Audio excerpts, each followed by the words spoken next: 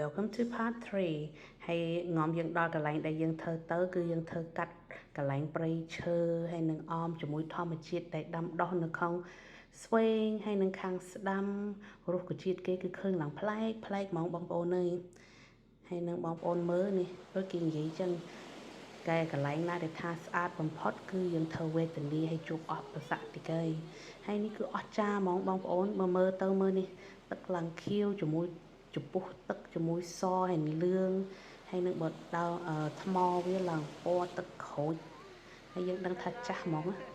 ហើយនេះមើលម៉ាមីឡើងញ័រហ្មងនៅលើហ្នឹងនៅសាច់ឆ្ងាញ់ប៉ុន្តែការពិតគឺស្រីវAnyway បងប្អូនបានកាត់កន្លែងហ្នឹងគឺឈ្មោះហ្នឹងគឺ Canal Rock Bridge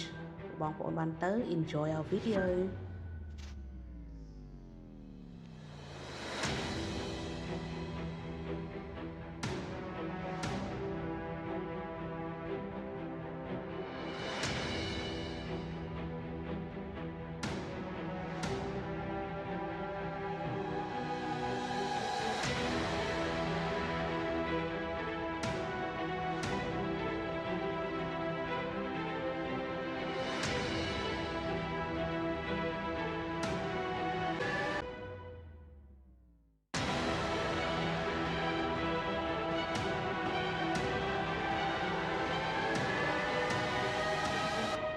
នឹងបងប្អូនមើលជាមួយព្រះអាទិត្យដែលអស្ចារ្យនេះមួយគ្រាន់តែមើលទៅគឺឃើញឡើង